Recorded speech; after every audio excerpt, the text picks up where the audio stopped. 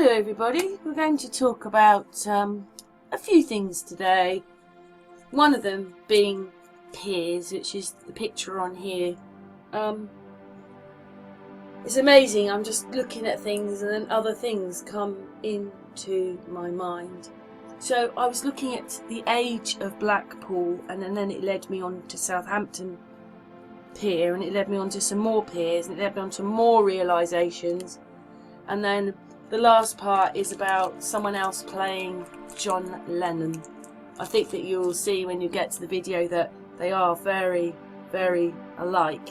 But anyway, now you know lately they've been telling us all this stuff about global rising, the water. But when we look at this, so this is the pier in 1913, and the next picture's 2005.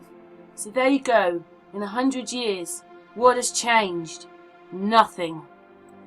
So that's 100 years, and nothing has changed. Nothing has changed. Nothing. Nothing is changing. The water is not going up. So what? I mean, I know that there are odd places where the water has gone up a bit, but this one is Blackpool. It's not. Maybe it's localised in localised areas, or maybe it's a tsunami or something in the local area that's causing this, so water will go up in those areas, but it's not happening worldwide. But it's not happening worldwide, because otherwise this pier, you'd have lost the pier. And also we're going to go on to the next bit, because it just annoys me what they've made us believe. They've made us believe there is global warming. How would these piers have stayed here? This one was built in the 1800s, and this is a picture in 1913 when it's already getting on for 100 years old. So it's 200 years old now of being there. So that was the case, then these would be going underwater now, as the water level is rising, and they're not. And you can still go to the piers. So that was my first part of the video. Then it led me on to Southampton. And then, do you see the ships in the background? And that's what I realised by looking up information. See? Oh, let's just stop that one at the moment. Right. Do you see here? There are trains, and the trains take the people out, and then there are the buildings. And do you know where that is? They're docking stations for ships. And that's why piers were made. They were made to dock the ships. Anyway, this pier in Southampton changed into that. It was looking one way, and then they changed it. But it's still got the docks in the background with the ships in the back of here. So these were just docking, for the passengers to come in. This one got changed. So it was built in the 1800s, and then of course it gets changed in the 1900s. There it is, there's a picture of it. It says 1922. That's when that one is. The first one, the pier was built in the 1800s, and then they put this, that's the building. Got a big mask there, do you see that? But that's what it looks like today. It's derelict, closed. There it was, having ships and, well, maybe that big ship's going past, but all these ships were docking to it. There it is. But it's now redundant, abandoned as per usual. That is them supposedly building the new pier in Southampton in the 1920s. But that's what it looked like on the pier in 1908, and then the front building was different, but it was for ships to dock. And I realised this, let's just stop the video for a moment. I realised this because with the pier, there's been three piers in Brighton. There's been the Suspension Bridge Pier, the Royal Chain Pier. Then there's been two other piers. One of them caught fire and is just only a little bit of it left now. And then the Palace Pier, I think it's the Palace Pier everybody goes on. 1, 2, 3. And I realised, because it had all this marble on it, and of course it got destroyed in the 1800s, in the end of the 1800s, but they were docks, and the ships would meet there. And I remember reading it saying that if you went to France, the quickest journey to Dieppe was to go on from Brighton, not Dover. So I thought that was interesting, and it was talking about ships. So that when I saw the shape of those piers, I realised that, oh, they're all to do with ships. There you go, they're docking. There's a docking platform for ships.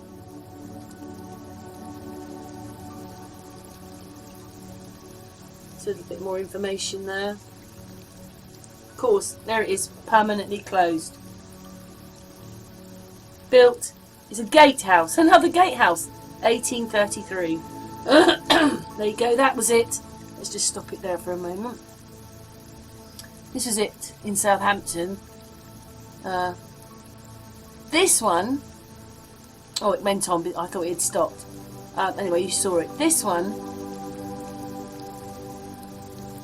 oh, I wanted to see when Brighton was built. That was built, there you go, there's the dates for Brighton. The Chain Pier was 1823, the West Pier was 1886, and then the other pier, 1899, and is still going, but obviously there's only remnants of that pier left and that one's gone completely. But it says, you know, these obviously built a long time ago, so that's what that was about. And then we should be going to Ryde Pier in the Isle of Wight. If not, I've got to add it. There you go. See, Southend Pier. Large boats were unable to port near to the beach, so boats could approach at low tide. Many potential visitors would travel. So that is what the piers were made for. And that one's talking about an ice pier, but it's still a wharf structure used to assist the unloading of ships. So that's what piers were made for. There's a bit more information there. So this one's Southend Pier, which is, I think that's Southampton.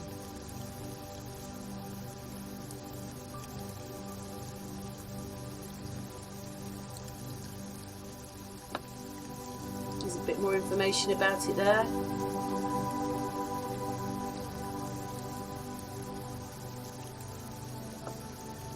Were built for handling of passengers and cargo on and off to ships. That's what piers were made for. We see them as this. We see them as candy floss and fairground rides, but they weren't. They were for the ships. If you need to stop and read what the little captions are saying, stop the video.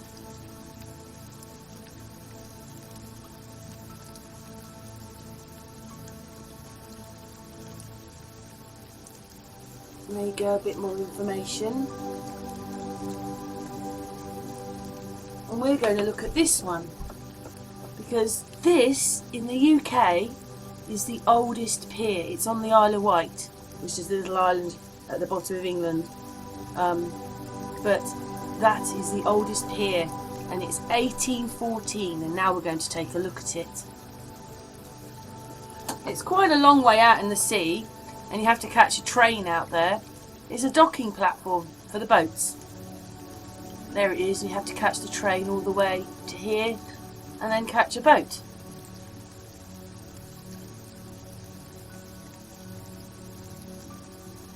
This is the one at Southampton. It's very similar, isn't it? But obviously this one's redundant now.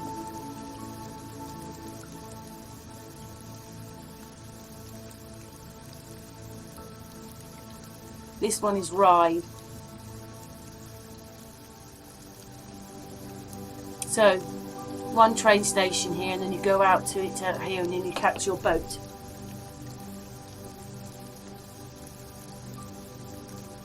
There it is.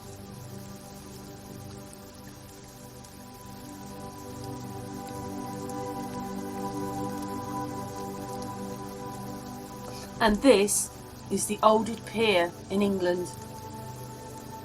And again, if it's been there since, we'll go back to the date. We'll talk about that in a minute. I think I've just got a couple more pictures. Let's go through the pictures.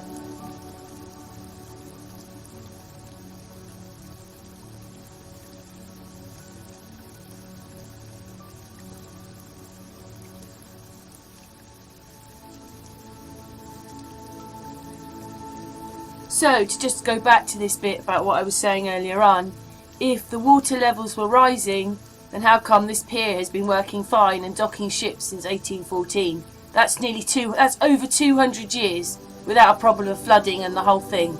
Things are just such rubbish. You need to open your eyes and realise what's going on. People really need to wake up. That's what I say. What it is that Josh Stone put this video out saying that this person was Steve Jobs was John Lennon. He does have a very strange mouth there. I don't know what that's going on there. Yeah, doesn't look right at all. Doesn't look like it's been manipulated. There's John Lennon. Like, don't they? Play John Lennon.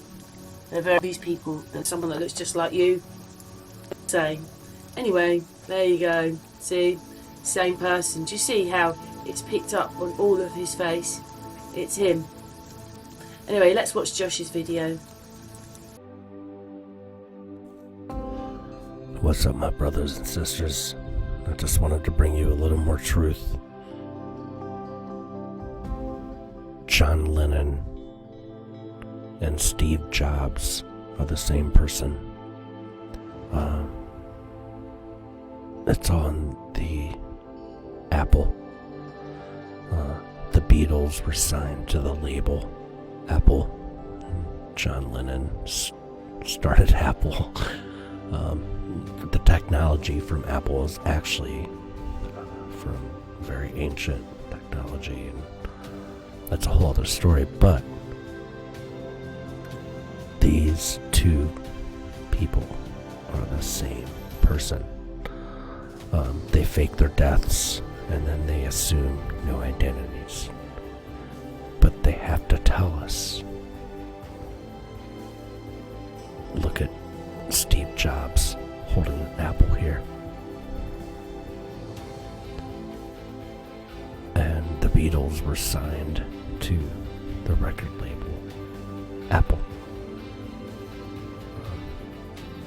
Of course, they're going to alter their identity just enough.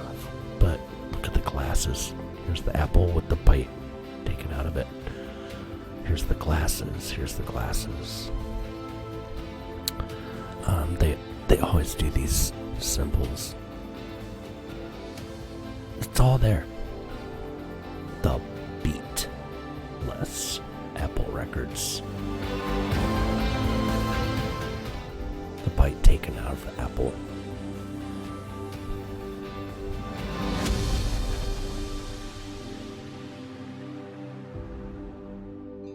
And the first Apple computer cost $666. Now, here is Steve Jobs and his wife, and John Lennon and his wife.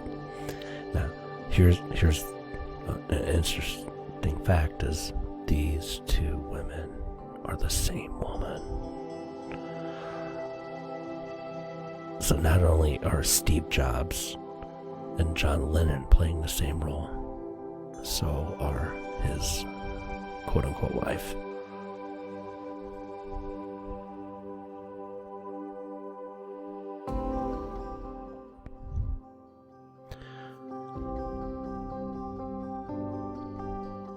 This is interesting because you got the left eye symbolism and the pyramid symbolism.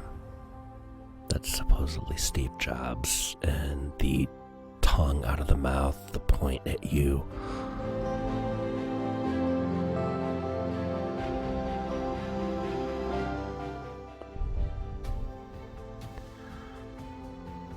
These characters are playing the same roles, just different times, different places,